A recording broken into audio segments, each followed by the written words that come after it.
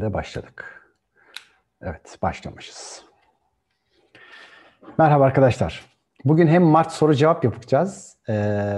2021. Fakat ondan önce de kontrol, kontrolsüzlük ve kontrolcülükle ilgili böyle bir bağlantıları birlikte paylaşalım istedik. Ben de şimdi konu başlığını bir daha kendime yazıyorum. Evet. Arada böyle çok sağa sola gidersek hatırlayayım. Konu başlığı buydu. Tekrardan orada toplanalım diye. Şimdi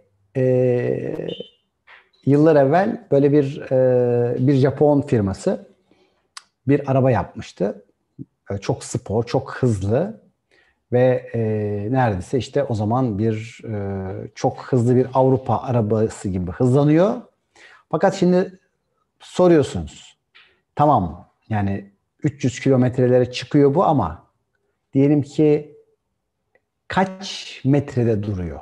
Yani 200 kilometreye giderken frene bastınız kaç metrede durabiliyor? Durabilme şeyi nasıl? Frenleri nasıl? Yani evet hızlandık. Çok hızlı gidiyoruz. Ama yapacağınız hızın durumunu fren mesafenize göre ayarlarsınız. Yani bir kontrol sisteminize göre hız yapabilirsiniz. Eğer doğru zamanda doğru yerde duramayacak bir motor ya da bir arabanız varsa onun çok fazla bir önemi yok. O zaman ona göre hız yaparsınız. İşte bunu duygularda, hayatta ve belki de ilişkilerde, manevi ve ruhsal yolda, tekamül yolunda ilerlerken de evet bazen hızlanabiliriz ve bir alanda gaza yüklenebiliriz. Fakat o nerede ve nasıl duracak? İşte bu kontrolün eğer bu gücün diğer anlamda sizde olması ve eğer böyle bir gücünüz varsa hızlanmanız önemli. Şimdi tabii ki direksiyondasınız ve o direksiyonu kontrol eden gücün siz olmanız önemli. Değil mi? Ve hatta o arabanın koltuğunda da olmak durumundasınız. Her ne kadar şu anda artık otomatik pilotlar bayağı bir devreye girdi. Otomatik parklar, otomatik işte saatlerce gidebiliyor otobanda. Evet bunlar var ama yine orada bir yapay zekanın da olsa bir kontrolü var. Evet kontrol önemli. Şimdi kontrolü aldık bu tarafa koyduk. Olması gereken bir konu gibi. Şimdi bir de kontrolcüler var. Şimdi her şeyi kontrol etme ihtiyacında olanlar. Şimdi aman çocuğum hani üzerine yeteri kadar kalın bir şeyler giydin mi? Çıkarken yemeğini yedin mi? Şöyle yaptın mı? Gelirken bak buralardan sakın gelme. Şöyle yap, böyle yap. Şimdi bir de kontrolcülerin hayatımızda ya da bizim kontrol etmeye çalıştığımız çeşitli durumlar var.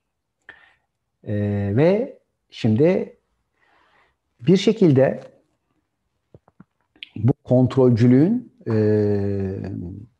birçoğunuzun hayatına yankıları ve hayatınızda olumlu ya da olumsuz bazı dönüşümleri var. Şimdi bugün onun için soru cevaba geçmeden öncelikle evet şunlar güzel çalışıyor. Şimdi çalışmış tamam. Bu kulaklıklar böyle bazen onlar da yapay zeka ile çalışıyorlar. Kontrol bende değil yani. Sadece takıyorum. Kafasına göre bazen çalışabiliyor. Görüyorsunuz. Kontrol ve kontrolsüzlük. Ve onun dışında şimdi bazı insanların dışarıdan kontrole ihtiyaçları var. Değil mi? Şimdi bir kere insan oğlu olarak, insan evladı olarak değil mi? Belli bir yaşa kadar annemizin, babamızın öncelikle kontrolüne, himayesine, hamiliğine ihtiyacımız var. Bir kontrol ihtiyacı hissediyoruz. Ve bu bazılarınızın hayat içerisine de devam ediyor. Bu kontrol bazılarınızda baskı ihtiyacına dönüşüyor. Bazılarınız aşırı kontrol, baskı ve dışarıdan bir müdahale olduğunda sevildiğini, sizinle ilgilendiğinizi zannederek hayatınıza bazı perdeler açabiliyorsunuz. Ve hayatınızın birçok tarafında onun için kontrol, kontrolsüzlük ve bir de kontrolcülük hakim olabiliyor. Şimdi bunların hangisi ne ölçüde bize fayda veriyor? Hangisi ne ölçüde belki zarar veriyor? Faydasız. Bunların belki analizi her birimiz için çok önemli. Ve şu da var ki, şimdi dedik ya, bazılarınızın bu kontrole alışmış tarafı kontrol edilme ihtiyacı duyuyor. Yani çalıştığınız işlerde mesela ne kadar kontrole ihtiyaç duyuyorsunuz?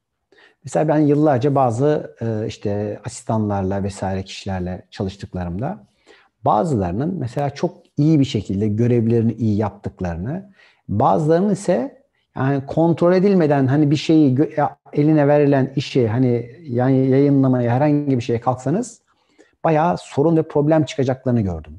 Çünkü o kontrol edilmeye alışmış. Bu sefer o kontrol edilmeye alışan kişilerin işlerini ve görevlerini sakladıklarını da gördüm. Ama elinde değil, çünkü iç kontrol çalışmaya başlamadıkları içindi.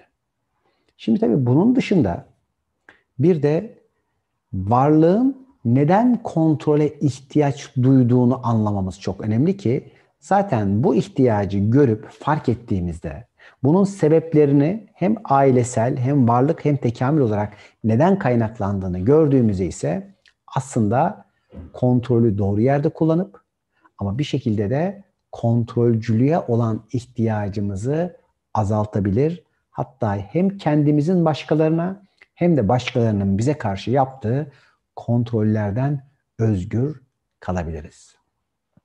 Hatta bu son dönemde diyelim ki sokağa çıkma yasakları dahil, işte çeşitli yerlerdeki işte şu yapılabilir, yapılamaz, işte restorana gidilir, gidilemez, işte maske takılır, takılamaz. Bunların birçoğu yani her türlü yasak ve sistemin de aslında bir kontrol ihtiyacından şimdi kaynaklandığına bakacağız ve bu durumu perde perde açarak ilerleyeceğiz. Bu arada birkaç tane tabii konumuz var. Birincisi ayın 15'i cumartesine geliyor zannediyorum. Cumartesinde akşamı e, Aşka Davet diye ruhsal meditatif bir çalışma yapacağız. İnşallah orada biraz halleşeceğiz. Uzun zamandır bu alanda birlikte olmamıştık. Bazı açılımlar yapacağız.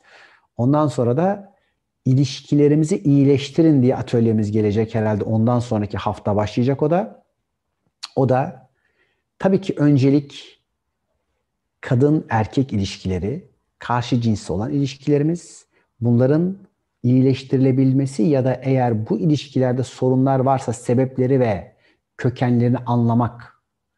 Bir şeyin sebebini doğru şekilde tespit edemediğimizde, doğru teşhis koyamadığımızda şifasını, iyileştirmesini yapamayız. Onun için önce doğru tespitler yapacağız ve o alanda iyileştirmeler yapıp hem o çalışmaları yapıp onun da bir manevi bağlantısıyla inşallah faydaya ulaştıracağız. Herhalde o da 2 tane pazar yapılacak. Çünkü hani aslında cumartesi pazarda ama baktık cumartesi zaten uzun süredir evlerde oturuyor herkes. Dedik onları biz 2 pazar yapalım da cumartesileri böyle biraz özgür dışarılarda gezelim. Mutlu bir şekilde hani hava alalım, nefes alalım. Güzel birbirimizle buluşmalar yapalım. Ve tabii ki şimdi eğer kendiliğinden detoks yapacak arkadaşlar varsa da bunlarla ilgili de bazı yeni özellikle ürünler, kendi danışmanlığımda bazı ürünler yapıldı. Özellikle mide, pankreas, dalak iyileştirici bir kudret narlı bir macun şu anda beyondsmart.com'da zannediyorum yeni satışa sunuldu. Bizim ekipler içerisinde çeşitli çalışmalar yapan şeyler için tam vaktiyle başladı. İlkbahar detoksları ile ilgili.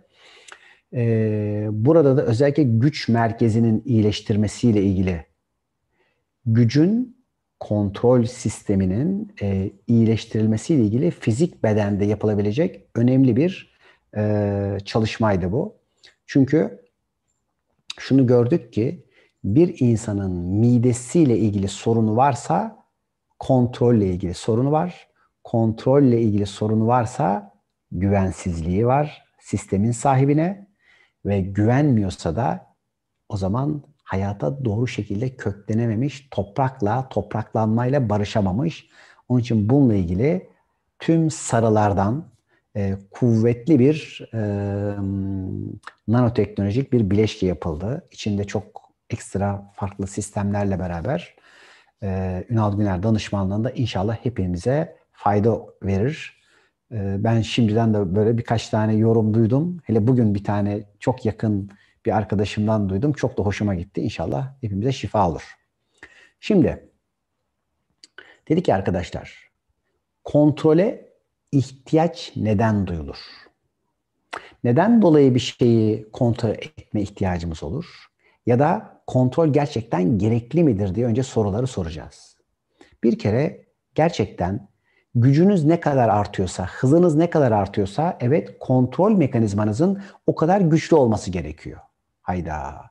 Biz şimdi kontrolü bırakmaya çalışıyoruz ama siz diyorsunuz ki şimdi güç arttıkça kontrol mekanizmanızın güçlenmesi gerekiyor. Çünkü kontrolcülük ve kontrolsüzlük aynı frekans. Yani bir kişinin kontrolü bırakmasıyla, yani kontrolsüz olmasıyla aşırı kontrol yapması aynı enerjinin beslediği şeyler.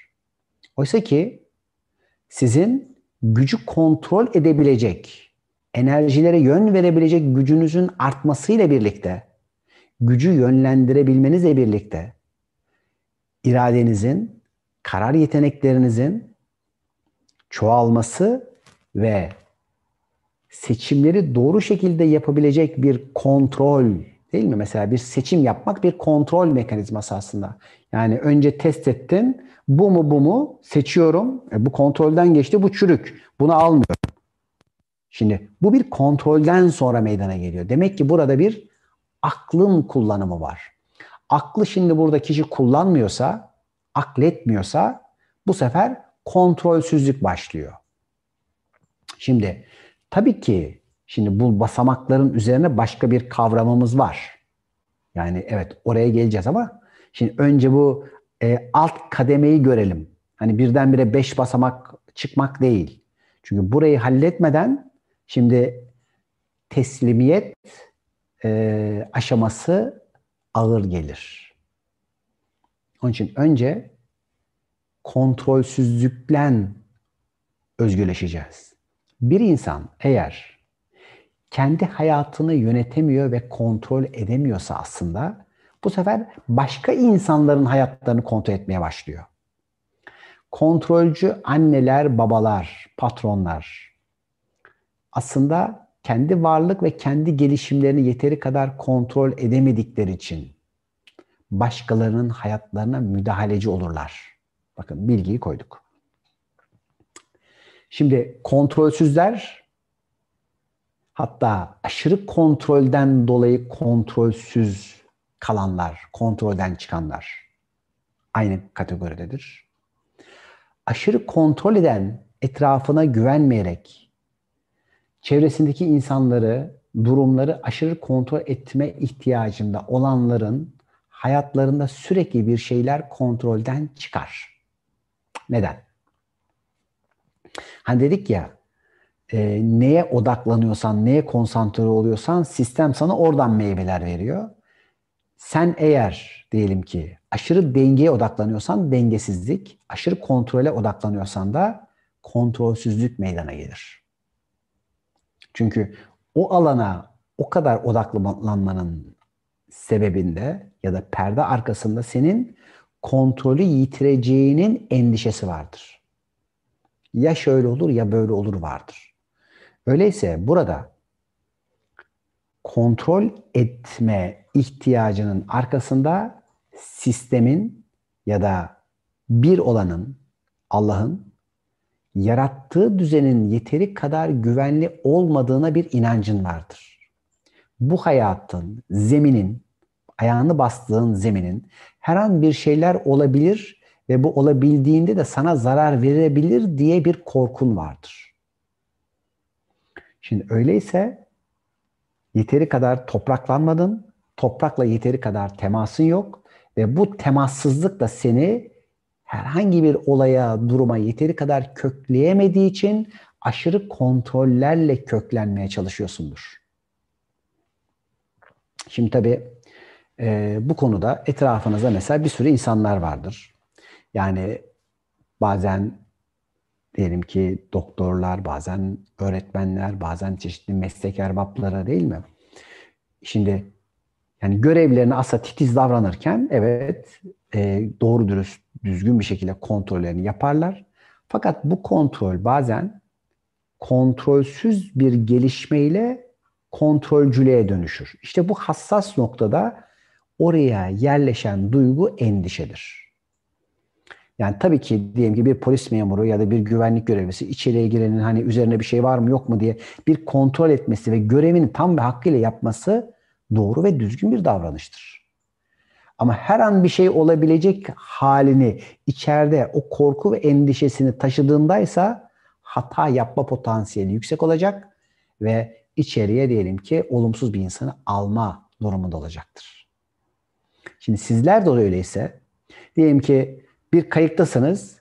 Yani kayığın içerisinde şimdi ayağa kalktınız. Acaba bu kayık düşer mi? Ya düşerse ne olacak? Ya batarsa bilmem ne olacak? Şimdi korku, endişe, panik, sallandın, ettin, bir şeyler yaptın. Eninde sonunda o dümdüz çarşaf gibi olan gölün içerisinde o kayığı batırabilirsin. Hiçbir dalga yokken bile. Öyleyse şimdi kendi hayatlarınızın içerisinde bazen dalgalı durumlarda bile dingin kalabilir. Oysa ki bazen de çarşaf gibi bir hani denizin, bir gölün üzerinde kayığınızı, hayat geminizi alaşağı edebilirsiniz. Peki öyleyse kontrolcülükten nasıl uzak kalacağız? Yani diyelim ki çocuğumuzun, bir işimizin, yapacağımız bir işin iyi olabilmesiyle ilgili diyelim ki görülerimizin, gelecekle ilgili plan ve projelerimizin şimdi kontrol etmeden yapacağız. Bir kere tabii ki check etmeniz, bir işin e, bir işe sahip çıkmanız çok önemli. Size emanet edilen her alana sahip çıkabilmek, doğal olarak o işin her şeyini görmek, anlamak ve kucaklamak durumundasınız. Yarım yamalak tuttuğunuz her türlü konuda kontrol eksiklikleriniz olur ve başka alanda da bunu aşırı kontrolcülük olarak yapmak durumunda kalırsınız. Öyleyse bir insan ihmal ettiği, zayıf ve yavaştan aldığı durumlar mevcut olduğunda başka yerlerde kendine karşı bu konuyu abartarak, yaparak bir servis yapıyor. Yani bir yerde evet aşırı kontrol yapıyormuş gibi görünüyor. Aman ben şöyle yapayım bilmem ne yapayım falan diyor. Halbuki arka kapıyı açık bıraktı. Oysa ki evet eşeğimizi sağlam kazığa bağlayacağız. Ondan sonra bir tevekkülle kurt yerse yesin. Ben önce hangi alanda ne yapıyorsam sağlam kazığa bağlayacağım. Onun için her türlü anlaşmalarınızı yazılı, işte notlarınızı alarak, çalışmalarınızı diyelim ki düzenli bir şekilde ne gerekiyorsa kurallarına göre yapmak durumundasınız. Benim geçmişte ne olsa aklımda kalır, ne olsa sözlü oldu bilmem ne diye çok yaptığım mesela böyle şeyler vardı, anlaşmalar vardı geçmişte. Sonradan iki tarafta unutabiliyor. Bir tanesi A diyor, ötekisi hayır o A'yı öyle değildi diyebiliyor. Onun için kontrol nedir mesela? Alim unutur ama mürekkep unutmaz. Her şeyi o zaman yazılı, değil mi? Doğru sistemiyle, dünyanın içerisinde dünyasal kanunlarla yapmak durumundayız. Bakın. Şimdi eğer buradan ödün verirseniz o zaman başka yerde çok fazla kontrol yapmak durumunda ya da içinize düşen kurtlarla başka alanları çok fazla kontrol ediyormuş gibi yapıp o korktuklarınızı hayatınıza davet edebilirsiniz. Tabii bunlar ince alanlar, ince mekanizmalar arkadaşlar ama birçoğunuzun hem işlerinize hem ilişkilerinize özellikle çok faydası olabilecek temel prensipler. Ve siz eğer kontrolsüzlüğü, her şeyi başıboş bırakmaya adet edinmişseniz, şimdi bunun bir tane iyi bir tarafı vardır ki o alanda eğer tam bir boş bırakma varsa bir endişesizlik halinden dolayı bazı konular rahatlayabilir. Fakat bu yine de sizin görevlerinizi ve işlerinizi hakkıyla yapmamanızdan dolayı hayat tarafından ödüllendirileceğine, başka alanlarda size daha fazla sorumluluk verilmesine ya da itilerek, iteklenerek iş yaptırılmak durumunda kalırsınız. Bu kişilerin hayat içinde çeşitli yerlerde acele etmek zorundalıkları vardır. Yatayda oldukları, yayıldıkları durumlardan dolayı. Şimdi özellikle Güzellik Doğumu kitabımızda da anlattığımız gibi İnsanların öfkeye ihtiyaç duymasının sebeplerinde atıl yani yayılmış, yavaşlatılmış bir enerji frekansları olması vardır. Yani bir kişi ne kadar kendini yavaşlattı, zayıflattı ve diyelim ki durağanlaştırdı, o insanın harekete geçebilmesi için bir hareket enerjisine ihtiyaç vardır ki bu ateş elementidir. Kimi zaman kızgınlık, kimi zaman öfke, kimi zaman da diyelim ki sevinç, neşe ya da müthiş bir coşkuyla o insana gelebilir. Yani o eğer dinginlik durağanlığıysa neşe ve sevinç gelir. Yok eğer tembellik ya da diyelim ki aşırı bir şekilde boş vermişlik ve kontrolsüz bir kontrolse yani her şeyi şöyle diyelim ne olursa olsun diye bırakmışlık varsa hatta bir meydan okumaktan kaynaklanma varsa o zaman ateş elementleri öfkeyle, kızgınlıkla ya da ateş elementinin bağımlılıklarıyla meydana gelebilir ki bunlar işte sigaralar veyahut ateşli bazı oyuncaklar. Şimdi bunların her bir tanesinde demek ki insanın kendiliğinden o hareketi yapabilecek bir şuura, bir frekansa ulaşması ve buraya ulaştığında yolların açılması mümkün. Şimdi mesela kontrol bedenimizde mide ile alakalıdır. Biraz önce de anlattığımız gibi. Bir insan kontrolü mesela kaybetme durumlarında onun için mide bulantısı yaşar. Yani araç tutmalarının ya da çeşitli yerlerde işte yediğiniz, içtiğiniz çeşitli yerlerdeki kontrolü kaybetme durumlarında ki yaşadığınız hal midedeki çalkantı asit baz dengesizliğidir. Mesela midenize diyelim ki şekerle tatlıyı böyle eşit bir miktarda verin. Mide karar veremediğinde bile bir dengesizlik yaşadığında bile bulantı yapabilir. Ya da diyelim ki şimdi bir araçtasınız. O aracın kontrolü sizde değil. Direksiyon koltuğuna siz oturduğunuzda mide bulantınız olmuyor ama yan tarafta oturduğunuzda mide bulantınız olabiliyor. Çünkü o anda şoförün kontrolüne, aracın kontrolüne karşı aslında bir kontrolsüzlük yaşadığınız için, kendinizi güvende ve emniyette hissedemediğiniz için.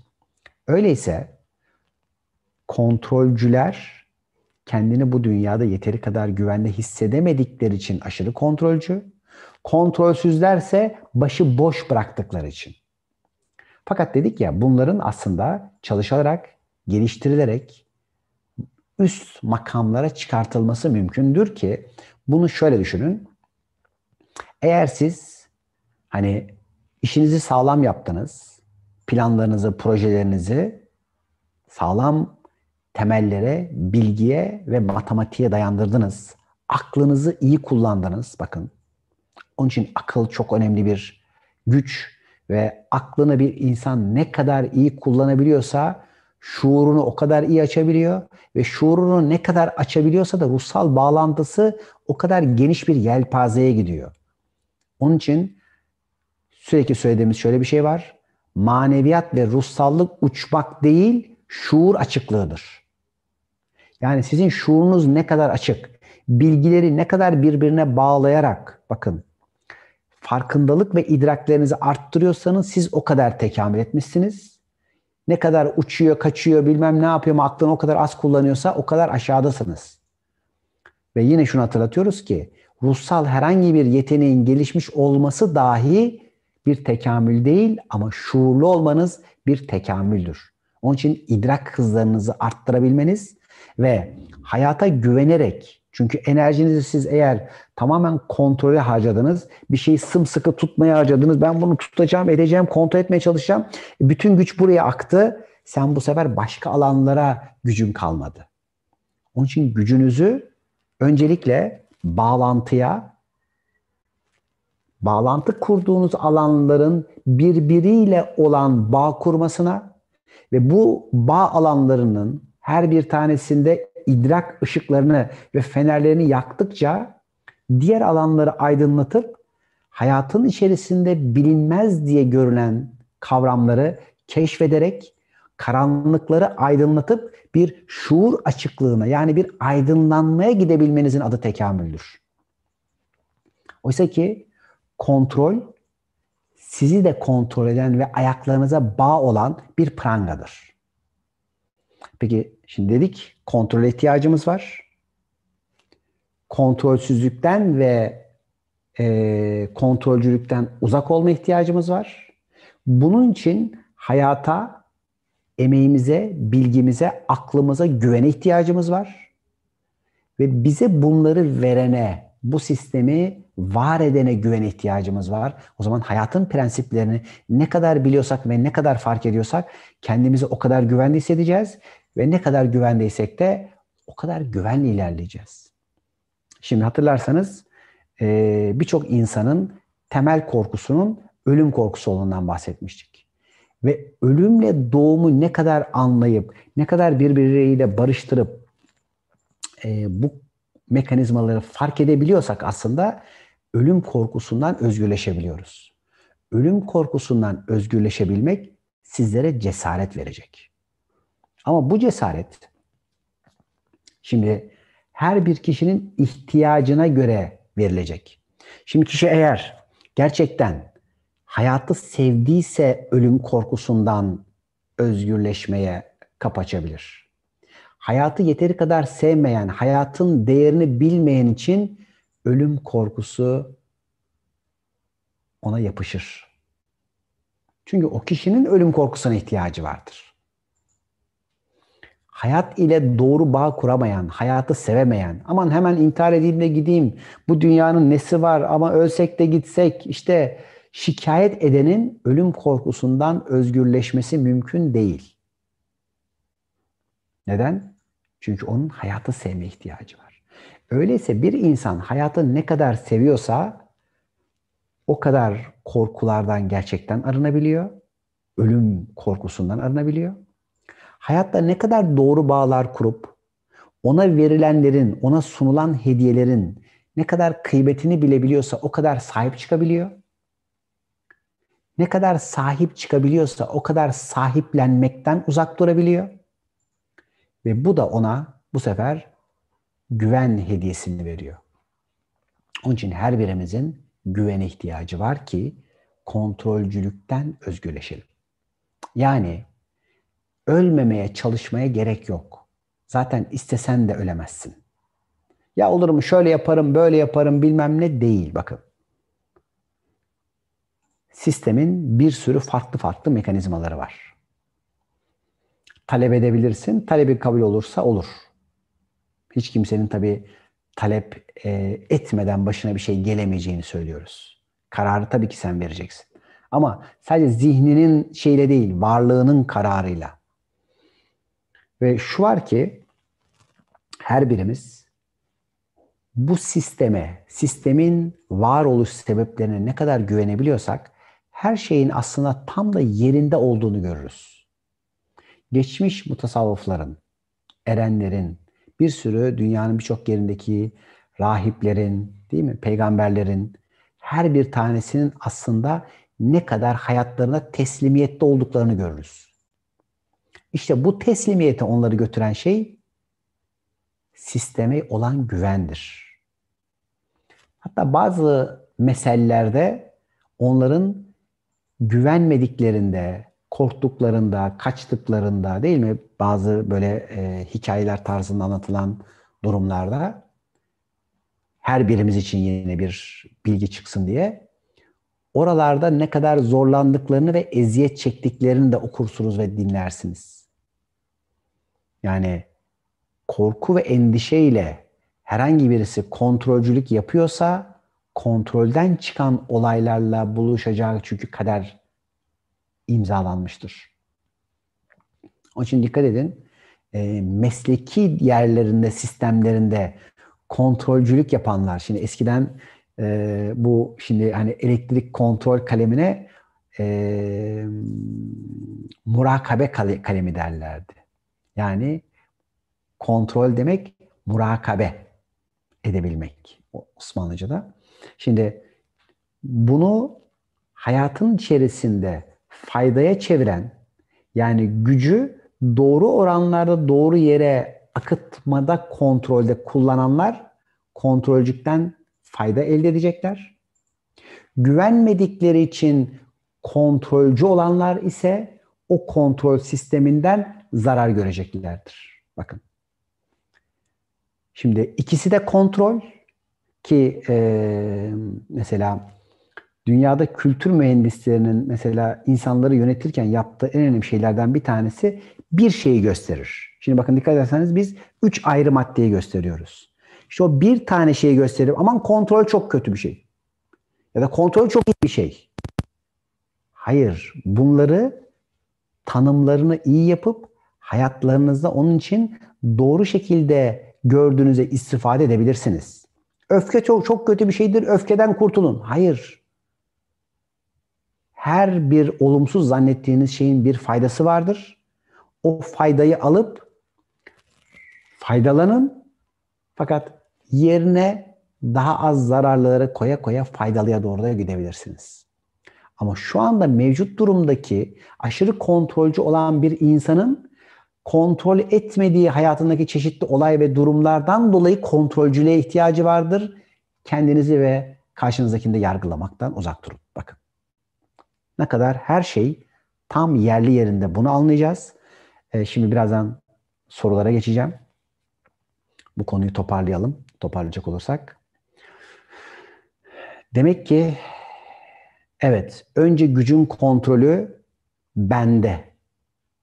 Ondan sonra bizde. Ondan sonra aslında ne ben ne bizde. Yani zaten her şey olması gerektiği gibi gidiyor olduğunu bileceğiz. Bizim seçimlerimizin de o olana bir katkı ve fayda olduğunun kabulünde. İster olalım ister olmayalım fark etmiyor. Dünya zaten dönüyor.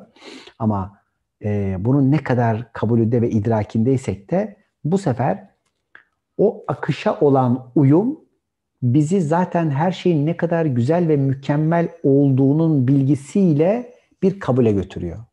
O kabulün içerisinde olan ve olacak olanın hayrına olduğunu kabul edebildiğin ölçüde teslimiyet basamakları başlıyor ki işte o basamaklardan her bir tanesi bizi biraz daha içeriye, biraz daha derine, biraz daha kendimize ve biraz daha öze doğru götürüyor.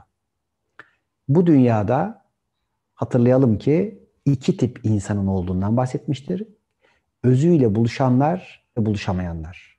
Onun için her birimiz özüyle buluşan ya da buluşma yolunda olanlardan olalım. Öteki türlü yolu kaybedenler, kayboluşta olanlar ise karanlıkta karanlığın takımından olmak durumundadırlar. Hangi inancın, hangi anlayışın içinde olursa olsun hiç fark etmez. Özüne doğru gitmek isteyen insanın yolu açılacaktır. Ezberiyle, kalıbıyla, sevgiyi, maneviyatı ve şefkati kenara çekmiş, sadece putperestlikle herhangi bir yere, yola gitmek isteyenlerin ise yolu cennet olmayacaktır. Onun için biz ne kadar ki olanın iyiliğini, güzelliğini kabulde olursak ve olalım, o kadar kucaklanacağız ve huzurunda olma makamına yükseltileceğiz. Her birinizin istediği huzur değil mi? İşte huzurun anahtarı olanın en mükemmel ve en güzel şekliyle aktığının kabulünde. Anahtarı al, aç kapını. Bu açılan kapıdan gelecek olan şey yüreğinden ve kalbinden sana önce sevgi, o nurun ışığı ve ondan sonra ne kadar güzel sevildiğinin, kucaklandığının eminliği olacak ki işte bu eminlik seni bir taraftan teslimiyete götürürken bir taraftan da kontrolcülüklerini bir miktar önce kontrole, ondan sonra da güvenle sahibine teslim olmaya götürecek diyoruz. Şimdi sorularınıza geçelim. Mart soru cevabımıza başlayalım bakalım. Evet.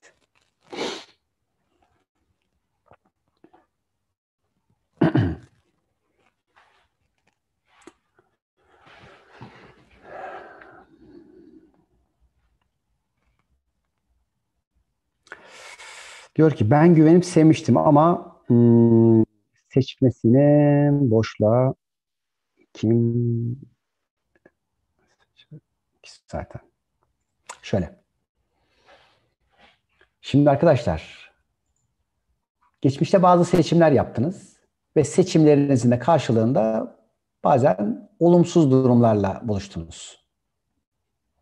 Tamam da şimdi bir hale geldiniz ve ne seçmeyeceğinizi biliyorsunuz. Diyorsunuz ki ben şöyle bir durumu, böyle bir kişiyi, böyle bir işi, böyle bir arkadaşı, böyle bir evi, böyle bir seçimi artık yapmam. Şimdi bu bilgiyi sana o seçimin, o deneyimin verdi. O deneyimin yok, şimdi senin bu bilgin yok. Şimdi diyorsun ki keşke öyle olmasaydı. Yani böyle dediğin zaman o bilgiyi silersin. Çok şükür. İyi ki ben bunları yaşadım ve şimdi ne seçmeyeceğimi öğrendim. Allah razı olsun o kişiden, o olaydan, o yerden. Onun için deneyimlerinizi kucaklayın. Sevgiyle kabul edin o kişilerin, o olayların size verdiklerini. Eğer bunlarla kavga etmeye, içeriden hala öfkeyle buraları beslemeye devam ederseniz o ilişki devam eder. Benzerleri hatta biraz misilleri hayatınıza gelir. Onun için de bu mekanizmayı hatırlayınız. Dengeyi istemek kötü mü? Şöyle. Şimdi arkadaşlar sistemin içinde zaten herhangi bir yerde dengesizlik diye bir şey söz konusu değil. Şimdi biz dengeyi istiyoruz ama dengesizliğin olduğu herhangi bir yer bulunmuyor ki biz denge isteyelim. Şimdi burayı çok iyi anlamak önemli. Şimdi birçok yerde de duyuyorum ki işte sen dengesizsin, şöyle ol falan filan. Şimdi bunun tanımını doğru onun için koymakta fayda var. Birçok özellikle kişisel gelişim sistemleri bu konuyu belki biraz daha doğru incelemesi gerekecek. Şimdi bir kere ne kadar soğuk varsa o soğuk karşılayacak miktarda bir sıcak zaten oluşuyor. Şimdi yin yang'ı hatırlayın arkadaşlar. Gözünüzün önünde canlandırın değil mi? Şöyle bir daire. O dairenin ortasında bir beyaz yunus balığı, bir siyah yunus balığı, iki tane de göz var. Beyazın gözü siyah, siyahın gözü beyaz. Şimdi bu bir denge. Şimdi siyahı ne kadar büyütürsek beyaz o kadar küçülüyor ama içindeki o kadar denge değişiyor. Yani hiçbir zaman kainatın içerisinde bu siyahla beyazın dengesi, aydınlıkla karanlığın dengesi değişmiyor. Şimdi diyelim ki 21 Aralık'ta neydi? Gecenin, karanlığın en uzun haliydi. Şimdi 21 Haziran'a doğru gidiyoruz. Gündüzün en uzun olduğu hale gidiyoruz. Şimdi peki dünya dengede olsun. Şimdi dengedeki haller 21 Aralık 21 Eylül ile 21 Mart. Şimdi yani iki kere buradan geçiyor. Ama bu dengenin bizim insan zihnindeki bu dengenin kurulduğu anlar için iki tane de aşırı uç var. 21 Aralık ve 21 Haziran. İşte bunların her bir tanesinin toplamındaki her bir şey aslında dengeye hizmet ediyor. Ama sen şimdi geldin tam 21 Aralık'ta diyorsun ki olur mu ya? Gece uzun, karanlık çok. Bu bir dengesizlik. Hayır, aydınlık o kadar azaldığı için karanlık bu kadar büyüdü. Yine 24 saat. Yani yine o tamamlandı. Şimdi buradan gelelim hayatımıza. Biz de hayatlarımızda hangi uca gidiyorsak hayat bizi diğer uçla zaten dengeliyor.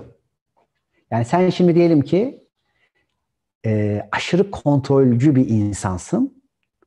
Aşırı kontrolsüz bir insanla buluşturuyor seni. Kontrolsüz bir karanlıkla buluşturuyor. Çünkü senin gündüzün çoğalmış, karanlığı o kadar küçükle buluşturarak bir denge kuruyor. Sen şimdi dengedesin. Şimdi peki dengeyi buradan başka bir alana taşıyalım. Şimdi sen dışarıda tamamlandıklarınla dengeleniyordun. Yani diyelim ki hangi alanda aşırıya gidiyorsan o aşırıya gitmiş olan tarafını dengeleyici unsurlarla buluşuyordun. Ki onun için her birinizin elementleri, duyguları, düşünceleri vesaire bunların her bir tanesi sizi dengelemek üzeredir. İsminiz, doğum tarihiniz, anneniz, babanız, işiniz. Hatırlarsanız Kaderin Kodu kitabında neyle tamamlanıyorsun diye bir bölümümüz var. Hatta bununla ilgili videolarımız da var. Ve o tamamlandıklarımız bir bakıyoruz ki zaten bizi dengeye getirenler. Demek ki her an denge kuruluyor. Dengesiz hiçbir şey zaten yok. Kainatın için hiçbir boşluk yok. Peki o zaman biz nasıl bu dengeyi hayatımızda kendi şuurumuz ve idrakimize kurarız diye sorarsak, dışarıdan dengeleneceklerimizi içeride kuracağımız dengeyle azaltabiliriz. Bunu nasıl yaparız? İçeride ne kadar tamamlanma unsurlarımızı çalıştırırsak. Yani diyelim ki sen aşırı savruk ve para saçan bir insansın. Aşırı cimriyle buluşuyordun. Para saçmayı ne kadar bırakıyorsan, o aşırı bir erileye gitmek, ne kadar bırakıyorsan, ne kadar kendini dengeleyebiliyorsan, ne kadar tasarruflu paranın, maddenin kıymetini bilebiliyorsan, bu sefer senin eş yansıman, neyse o, bazen karın, kocan, annen, baban, ortağın, iş arkadaşın, çocuğun, bu sefer o da seni tamamlayıcı unsur olarak seninle beraber o da ortaya geliyor. Sen demek ki ne kadar aşırılıklara gidiyorsan o aşırılıklarla bugüne kadar dengelendin. Başına gelen olaylar, durumlar, bakın bütün kader mekanizmalarının da bir yerde bu temeli ve merkezi. Ne diyoruz? Allah'ın ilmi matematik ama yüksek ilahi matematik. Hiçbir şey o matematik, o akıl sistemi olmadan olmaz. Bu bizim hani böyle hani akademisyen matematiği değil tabii ki. An beyan bütün olayların içerisinde kurulan bizim şimdilik yok kuantum, yok işte sicim teorisi, yok bilmem bunların tabii çok çok ötelerinde ama an beyan gören için, bilen için, hisseden, duyan için, kulakları olan için duyurulan bilgidir. O zaman işlerim diyoruz. Evet.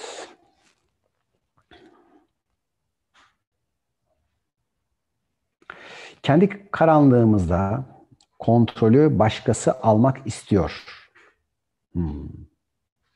Kararlarımızda istiyor.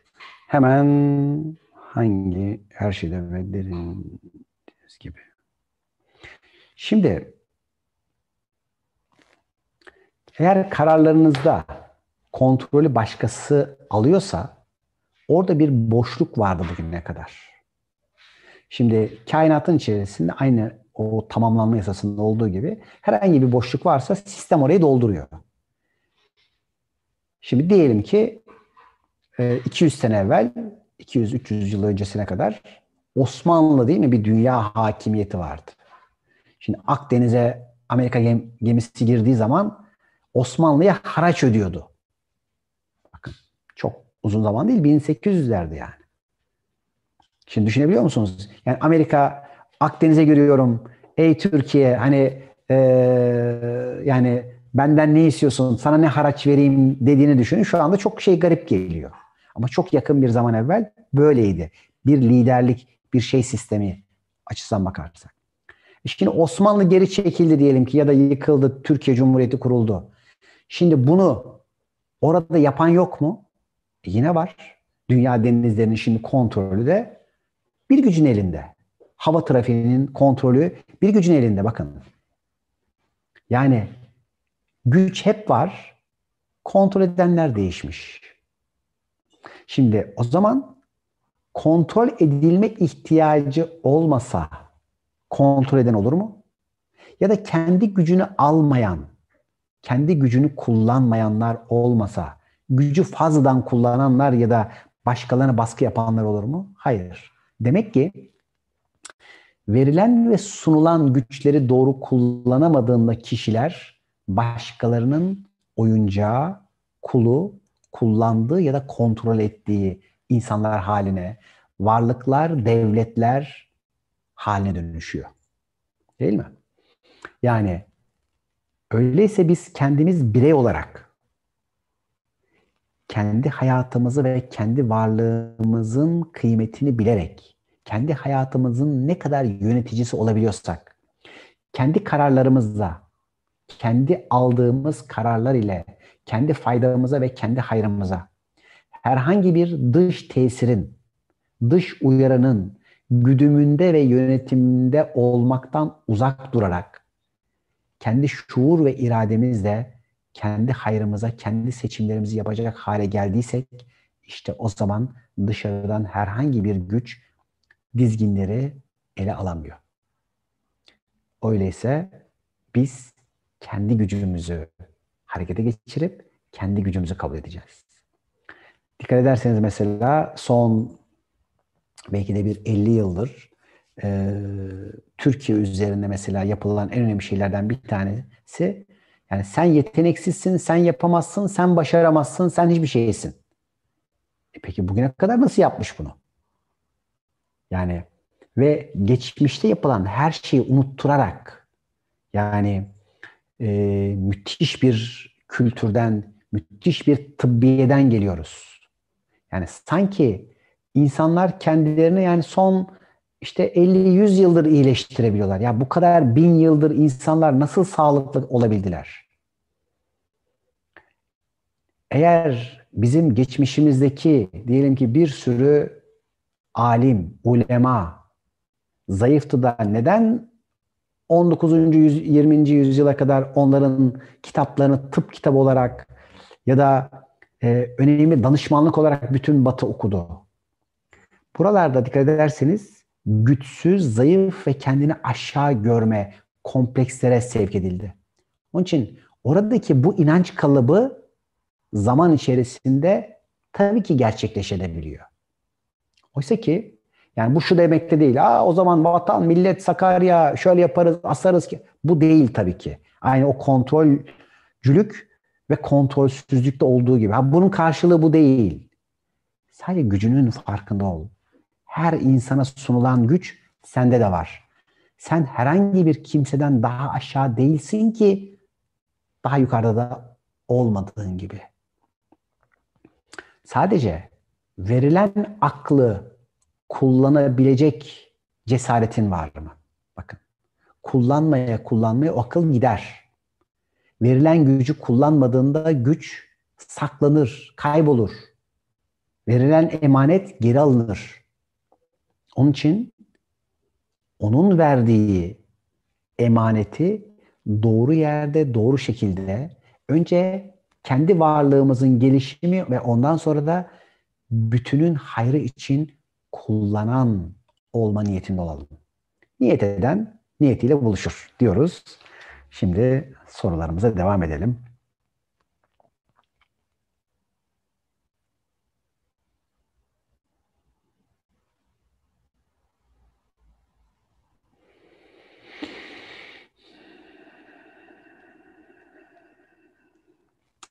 Şimdi tiklerde arkadaşlar özellikle sinir sistemlerinin de kaynağı karaciğeriniz. Karaciğerdeki yoğun e, oluşmuş zehirlerin arıtılmasıyla ilgili odaklanın. Ağır metal olabilir, çeşitli antibiyotik zararlar vermiş olabilir. Yani sinir sistemi, gözler ve çeşitli sivilce, iltihap sistemlerinde karaciğere yani ağaç elementine bakacaksınız. Şu anda tam temizlenmesiyle ilgili. Benim detoksla ilgili çeşitli videolarım var. Karaciğer temizliği ile ilgili videolarım var. Özellikle çocuklarda bunların temizlenmesi ve arınması çok önemli. Bu işin fiziksel tarafı. Tabii ki o sinirsel sistemin bozulabilmesi için de bir duygu vardı. O duygu da öfkeydi. Neye karşı öfke duymak durumunda kaldı? Ama bunu soran annenin eğer oğlunda gelecek ruhsal tarafında böyle bir yansıma varsa da o zaman gelecek ruhsal tarafını öfkelenmeyi o anne bırakacak. Bu da ilahi matematiğin bir güzel bize hediyesi. Şöyle saç dökülmeleri arkadaşlar. Şimdi saçlar aslında bedende su elementi. Su elementi özellikle hormonlar, kemikler, saçlar, tırnaklar bütün bunları idare ediyor böbrek ve mesane ile birlikte. Fakat su elementini baskılayan şey toprak elementi. Şimdi toprak elementinde mide, pankreas ve dalak var. Bütün kaslarımız mide ile alakalı. Onun himayesinde. Aynı zamanda işte tükürük bezlerimiz, tükürük sıvısı, ağzımız, bütün bunlar yine mide ile alakalı. E, Biraz önce dedik, temel unsur kontrol. Şimdi hayat karşısında güven sağlamayla ilgili eğitimlerden geçerken o aşırı kontrolcü olduğunuz dönemlerde mide asidi çok fazla salgılanıyor. Ve bu mide asidi çok fazla salgılandığında gidiyor hormon sistemi ve mesane üzerinde su sistemini bozuyor. İşte bu su sistemindeki aşırı asit birikimi de saç köklerinde tahribata yol açıyor ve saç dökülmesinin sebebi onun için aslında çok yoğun mide asidi. Bu mide asidi dengelendikçe ya da aşırı gerilim ve kontrolden kaynaklanan duygu halleri azaldıkça ve bittikçe saç dökülmesi duruyor. Kadın tipinde ise aşırı erile geçmeyle birlikte yine hormonal sistemler devreye giriyor. Onun için bu konuyla ilgili şu anda Bionsmart BS19 diye macun diye yapılan kendi danışmanlığımla yaptığım ürün özellikle önce mideyi, pankreas ve dalak toprak elementlerini iyileştirerek suyun üzerinde özellikle kadınlarda miyom, erkeklerde prostatit bu gibi durumların temelinde tüm hormon sistemlerinin temelinde toprağın yani midedeki aşırı asidin hormonal sisteme, mesane ve böbreğe saldırısı var. Böbrek taşlarınız, böbrek üstü bezlerinizdeki aşırı gerilim ve uyaranın olmasının ana sebepleri demek ki toprağınızın yeteri kadar temiz ve sağlam olmaması. Onun için bununla ilgili toprak elementinizi güçlendirin. Bununla ilgili topraklanayım ve kökleneyim diye de bir meditasyon çalışmamız var. Tırnak zayıflığı da şöyle. Şimdi tırnakların iki tane tarafı var. Bir tanesi su sistemi, sert ve kemik ama onun dışında tırnaklar aynı zamanda karaciğerle de bağlantılı. Bununla ilgili direkt ben YouTube'da 5 element deyin. Onunla ilgili böyle böyle bir başlangıç, bir de ikinci bölüm diye anlattığım böyle 25-30 dakikalık her birisi bir kitap gibi olan 5 elementle ilgili önemli açıklamalar var arkadaşlar. Faydalanabilirsiniz.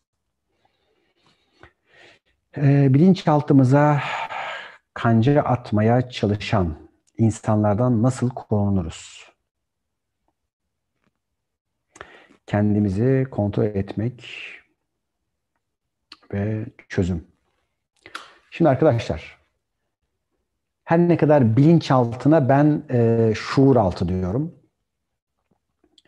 Çünkü bilmekten çok çok öte bir şey şuur altı. Buradaki bildiklerimizden çok öte. Onun için hani Osmanlıcası daha oturuyor benim kavramıma. Şimdi şöyle, bunu tabii çeşitli frekanslarla, çeşitli makinalarla ya da diyelim ki şöyle, Rusya'da bir sistem yapmışlardı. Dediler ki mesela bu gördüğün LED sistemi bir aparat bağlanıyor. Yanıp sönme sistemine göre Morse alfabesi gibi seninle konuşuyor. Yani ışık, herhangi bir ışık tabelası seninle konuşuyor ve sana diyor ki bu ürünü al, buraya gel, şuraya git oy ver, bu adamı destekle, bundan uzak dur. Haydi bir gün biraz daha milliyetçi olalım, bugün biraz daha ümmetçi olalım, bugün hepsini boş ver, her şey yansa bitse kül olsa. Bu tip mesajlar veriyor. O ışığın Morse alfabesi gibi içeride. Sen onu dümdüz ışık görüyorsun ama senin o şuur altın bunu bu şekilde algılayabiliyor. Bunun aynı şekilde ses frekansı ile olanları var ve aynı şekilde uydular aracılığıyla yapılanları var. Onun dışında da reklamlar ve buna benzer sistemlerle ya da post hipnotik telkinlerle ya da işte diyelim ki çeşitli reklamlarda, filmlerde bazı kareler vesairelerle bir sürü durumlar var. Ama en önemlilerinden bir tanesi annelerimizin, babalarımızın aldığı kodların da bizim üzerimize yüklenip bizi yöneten tarafları da var. Çünkü diyoruz ki onlar en emin, en güvenli ama onların da aldığı kodları daha kolay alabilme potansiyelimiz ve yetkimiz de var. Evet diyoruz. Kapıyı açtık. Önce bunları alalım. Neden? En güvenilir aileden gelen. Oysa ki her birinizin varlığından ve ruhundan beslenebilmesi çok önemli. Şimdi bu nasıl bir şey? Yani olaya sen bağımsız bir şekilde o ana kadar, o güne kadar gücünün yettiği kadar ne öğrendin ve ne fark ettiysen, her şeyi yıkıp yeniden bakabilme haline geldiysen, dışarıdan herhangi bir güç seni yönetemiyor. Şimdi bu ne demek? Zaten sen böyle bakıyorsan bir bağımlılığın yok demek. Böyle bakabiliyorsan herhangi bir zaafın yok demek. Eğer her duruma yeniden yepyeni bir sen olarak başlayabiliyorsan, geçmişin yönetiminde ve kontrolünde değilsin demek. Şimdi bu olumlusu. Senin bir zaafın varsa, bir alışkanlığın varsa, bir bağımlılığın varsa, bir fikre, bir düşünceye, bir inanca, bir kişiye bakın. Ya Ünal çok güzel anlatıyor, hep doğruyu söyler. Ben o ne derse inanırım, yaparım. Değil. Bakın. Ünal'ın söylediği şunlar çok güzel. Bunları alıyorum. Bunları şimdilik alamıyorum. Bunları da itiraz ediyorum. Bakın. Her türlü bilgiye karşı her an bu uyanıklıkta olmak durumundayız. Yani geçmişin diyelim ki gömleğini yarın giymeyeceksin. Dünün eğer ceketiyle yarın bir işe soyunuyorsan o yarın değil, dün. Öyleyse dünden özgürleşen, yarına yepyeni bir kendisi olarak bağımsız ve başkalarının onu yönetmesinden özgür bir şekilde başlar. Şimdi ne dedik? Onun için korkudan ve endişeden özgürleşmeniz çok önemli. Size verileni sadece veren alabilecek. Bunu iyi hatırlayın. Size bu hayat hediyesini veren, sizin talebiniz üzerine sadece veren vakti geldiğinde vaktiyle alacak. Anlaşmanız ne zamana kadarsa. Bakın. Kendinizi küçümsemeyin. Anlaşma yaptınız. Burada bu kadar olayım, bunları öğreneyim, bunları alayım. İnsan onun suretinde yaratılmış bir halife ise, değil mi? Bu anlaşma yetkisi var ve yaptı. Burada işte o şuur altınıza kalan bölüm bunları size hatırlatmayabilir. Çünkü bunların bir kısmını hatırlamaya birçoğumuzun kibri yetmez. Bu sefer vay biz neymişiz, biz şöyleymişiz, böyleymişiz. Evet, o kadar yüce, her biriniz o kadar mükemmel ve yüce yaratılışlarsınız ama kainatın içinde de aynı zamanda bir zerresiniz. İşte bu heplikle hiçliği, bu ikinin birliğini algılayabildiğiniz oranda gücünüz açılacak. Açamayanlar için zayıflık, yaratım gücünün zayıflığı, oluşturabilme halinin zayıflığı, ifade gücünün, değil mi? Birçok manevi ruhsal güçlerin zayıflığı bu sefer devam edecek ki çünkü sen kaldırabileceğin bir gücü alacaksın. Şimdi bugün bir kısım insanlara yani bir sürü yetenekleri verseniz emin olun ki sağ solu ne hale getirirler.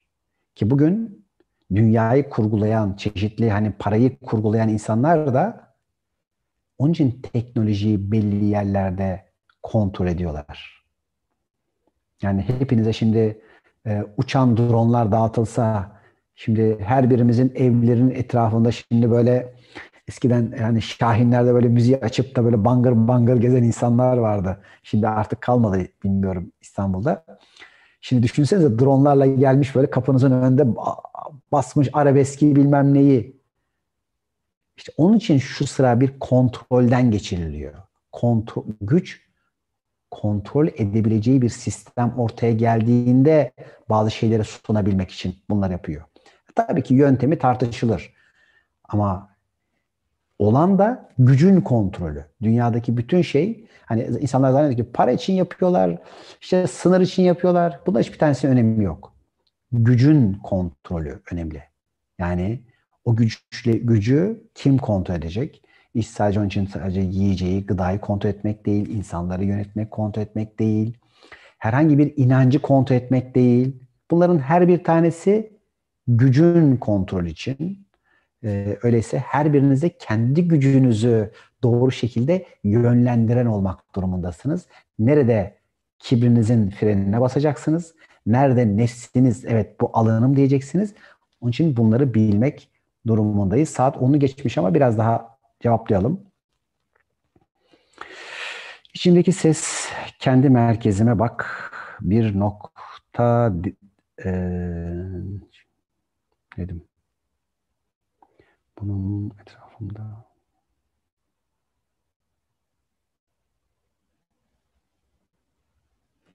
evet. Şöyle, tabii ki imajinasyonunuzla bir sürü şeyler yapabilirsiniz. Bir sürü mesela imajinasyonlarınızla mesela bir grup imajinasyonuyla birçok kişinin görebileceği nesnel şeyler var edebilme de var geçmişte. Yani fiziki materyaller oluşturabilirsiniz. Evet. Hayali frekans ve enerjiler de oluşturabilirsiniz. Çünkü onun suretinde yaratılmış olansınız. Fakat bu frekanslar, bu tesirler herkese açılması için değil ama hak edenin kullanabilmesi ya da en azından bu konularla ilgili bazen bir inanca, bir farkındalığa ulaşabilmesi için yardımcı olabilir.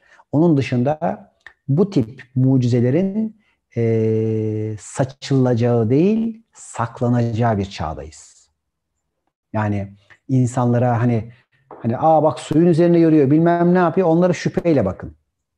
Çünkü şuur ve idrakle ilerlenecek dönemdeyiz. Şimdi dikkat edin, her peygamberin bir devri vardı değil mi?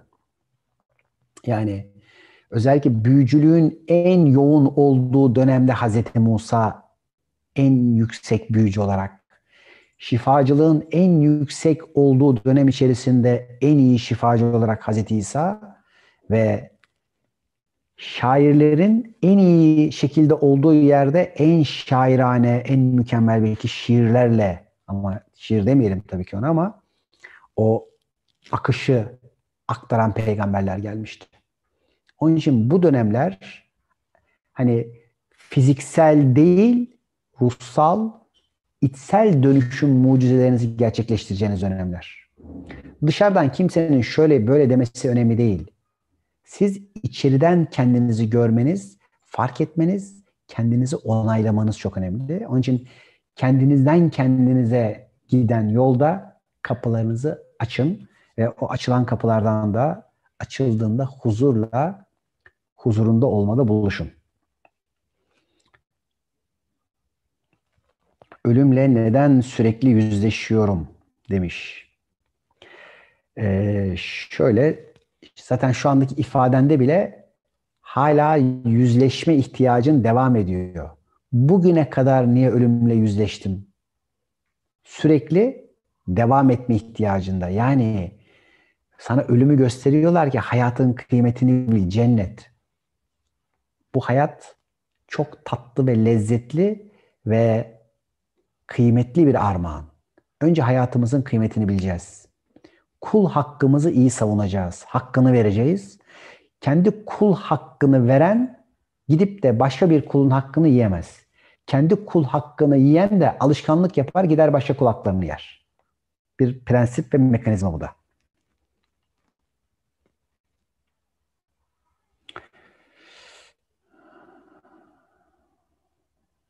Hop hop hop.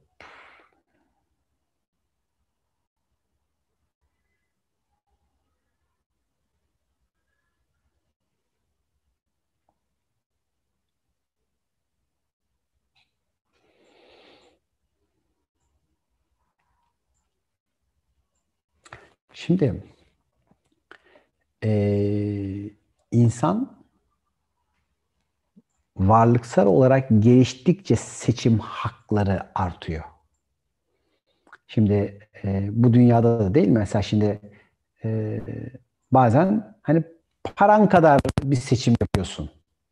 Diyorsun ki yani internetten bir şey alacaksın. Diyorsun ki 10 liram var, 10 liralık bir şey alayım. 100 liram var, 100 liralık alayım. Şimdi ruhsal tekamül yolculuğunda da seçim yapabilmek de bir liyakat. Onun için bu dünya doğumlarında evet, şimdi getirdiğin bir potansiyele göre seçim yapma durumun var. Onun için bazılarınız direktman bütün durumu belirlediler ve seçimlerin kendisi yine yaparken yardımcı olundu. Bazıları zaten 2-3 tane seçenek vardı. Bunlardan birini seçmek durumundaydı. Ama her bir şey eninde sonunda yine sizin onayınızla meydana gelir. Bakın, buranın altını çiziyorum. Arkadaşımız çünkü 2 tane konuyu anlatmış. Acaba bu iki arasında bir fark var mı? Her bir tanesinde sizin onayınız var. Ama senin liyakatınla her şeyiyle oluşturacağın bir ev vardır. Yapacak bir şey yok. Tek odalı bir yer var, alacağız. Yani güç, enerji buraya yetiyor, bunu alacağız. Tamam, sen o ana kadarki maddesel ya da ruhsal liyakatın önemli diyebiliriz. Kenevir hakkında tabii ki şöyle arkadaşlar. Ya yakında zaten kenevir Türkiye'de, dünyada serbest olur diyeceğim. Buradan siz gerekli şey. Bunların hiçbir tanesi tesadüfen yasaklanmış şeyler değildir. Ama tabii ki bu bağımlılık ya da alışkanlık her türlü konuda olduğu gibi bu konuda da doğru bir şey değildir. Ama hani kontrolcülük ve kontrolsüzlükte olduğu gibi hani Aa bak kimyasal bilmem neler var, şunlar var, bunlar var değil. Tabii ki doğada yaratılan her şey doz olarak insana mutlaka faydası fazlası zarar. Çünkü bizim bedenimizde doğanın içerisindeki, toprağın içindeki bütün mineraller var. Onun için dünyadaki bütün bitkilerin, dünyadaki bütün e, belki de sunulanların bize faydası olan bir noktası olduğu kanaatindeyim. Hiçbir şey sebepsiz var edilmiş değildir. Diyen varsa yani hayır bu fazladan fuzuli olarak Allah bunu yarattı diye birisinin bir iddiası varsa alimler de orada. Bugüne kadar söylenenler de burada. Sadece şu var. Biliyorsunuz zehir yoktur, doz vardır. İşte bu konularla da ilgili tabii ki bilinçlenerek faydada buluşmakta yarar var diyelim. Evet. Beni rüyasında görenlere selam olsun.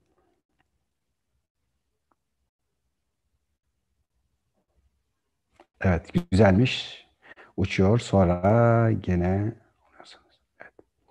Evet, uçmak da göksel bir şey değil mi? Manevi e, e, bağlarla ruhsal alanda açılan şeyler. Şimdi tabii bir kısmınız ruhsallıktan ve maneviyattan korkuyorsunuz. Bu korkunun geçen sefer de anlattım. Tabii ki bir sebebi var. Size şu ana kadar bir faydası var. Oysa ki siz geliştikçe maneviyatla ilgili kapılarınız açılacak. Ben şimdi herhalde 19 yaşındaydım. Böyle bir hani birkaç misafirlik falan da vardı evde. Bir hal yaşamıştım. Şimdi o zaman ben de korkmuştum. Hatta dedim anneme ya dedim gel sen başucumda otur. Yani ne oluyor, ne bitiyor, bilmem ne yapıyor. Yani bana yaz, çiz, şöyle yap. Sabah da bana anlat. Ki onlar bile o zaman yani başkalarına anlatırken daha sonradan duydum. Ve doğal olarak insan ilk defa yeni bir alana girdiğinde bugüne kadar ona ezberletilen, öğretilen birçok şey ve kavram bambaşka haller aldığında ezberleri bozulduğu için bir alanda kıyamet yaşadığı bir şeylerin yıkılmasından korkuyor. Onun için geçmiş ve eski realitelerinizin, anlayışlarınızın yıkılmasına müsaade edin. Bakın, emin olun ki yenisi daha iyi olur. Çünkü siz yine buradasınız ve yeniye yeniden bakacaksınız. Bundan niye korkuyorsunuz diye içeriden bir bakın. Ha, bütün bildiklerim yanlışmış. Hepsini sildim. Şimdi yepyeni haliyle yeniden bakamaz mıyım? Bakabilirim. Ve şimdi yepyeni bir şekilde değerlendirerek bakamaz mıyım? Bakabilirim. Onun için evet, çeşitli inanç sistemleri bu alanda korkutmak durumundaydı. Çünkü sürüden ayrılanı kurt yerdi. Bu doğrudur. Onun için evet sürülerle hareket etmenin belli bir vakti vardır. Ama kendi gücünü kuran içinde artık farkındalığı ve idrakini açan içinde icap ederse sürünün üzerinde uçabilme hakkı da vardır. Bakın. Orta yol çok önemlidir. Orta yolu doğru şekilde gidebilmek çok önemlidir. Ama yolun içerisinde hak ettiğinde incelebilmek de liyakat işidir. Hak eden bunları da yapabilir. Ama bunların her bir tanesinde bilin ki hak etmediysen korumalar vardır. Oradan içeri yine almazlar. Sen alırsan da bizim burada evet niye böyle olmuş? Evet. Bizim herhalde internet mi gitti? Hı hı. Tamam. Ee, Fedakarlık, vefa, sorumluluk, borç, kaygı, çekimsellik ve başına çocuklarının gelen. Şimdi arkadaşlar, bizim tabii Anadolu'da öğrendiğimiz çok önemli kavramlar vardır ve bunlar da aynı o kontrolcülük ve kontrolsüzlük kavramında olduğu gibi. Bir vefa çok önemlidir. Bakın, Diyelim ki sizin bir kahvenin 40 yıl hatırı olması önemlidir. Karşılıklı saygılar önemlidir. Sadece buradaki önemli olan şey şudur. Sen kendi hakkını koruyarak bu saygıyı göstereceksin. Bir selamın hakkı selamdır. Fakat yapılan bir yardımın, bir iyiliğin, evet yapandan dolayı bir selamı, bir teşekkürü, bir vefası vardır. Fakat o kişi yapmaya aracılık etmiştir. Veren, alan birdir. Sen orada işte ondan geldiğini kabul etmeyen tarafın karşındaki insana karşı bir minnet, töhmet altına kendini bırakır ve Allah'ı yok sayarsa bunun mükafatını hayatında borçlanma olarak öder, maddi, manevi, duygusal olarak. Onun için bakın hani la ilahe illallah yoktur ondan başka tapacak ilah. O bir olan senin bağlantıda olacağın. Ama sen anana minnet edersen, babana minnet edersen ve evet ben de nedense çekmiyor şu anda ama herhalde var bir şeyi. Arkadaşlar bize birazdan haber verirler bir şey olursa. Evet yani orada o minnetin, bazen acımanın, bazen borçluluğun arkasındaki olay ve frekans senin yaratıcıyı unutmandan kaynaklanıyor. Onlar vesile oldu. Veren o, alan o, alacak olan o. Sen şimdi bunu kuldan bildiğin için gittin kula tapındın. O kulun adı annendi, babandı, arkadaşındı, dostundu. Bu demek değil ki annenden aldığın güzelliklere saygı duymayacaksın. Ama o saygı bir minnete, bir borçluluğa değil, o an içerisindeki karşılıklı anlaşmaların çok güzel bir şekilde bir buluşmayla, karşılıklı güzel bir alışverişle sonuçlanmasının saygısı ve teşekkürüyle olacak. Sen hani yeni hatta video yayınladım. Sen herhangi bir kişiyi aşağıda görüyorsan senden yüksekte gördüklerin var. Nasıl ki sen anneni kendinde yüksek görürsen kendi çocuğunu da kendinden aşağıda görürsün. Ne çocuğun senden aşağıda ne senin annen senden yukarıda. Ya da tam tersi. Sen bu varlık olarak zaten seçilmiş bir şekilde bu dünyaya özenle getirilensin. Gelmeyi seçensin. Onun için varlık hakkını, kendi varlığını onurlandıran, şükran duyan, yaratıcısına şükran duyduğundan dolayı bu hayatını da kutlu yapar ve kutsalmış bir hayat yaşar. Şimdilik bugünlük böyle olsun. Yine yakında inşallah güzel çalışmalarda bir araya geleceğiz.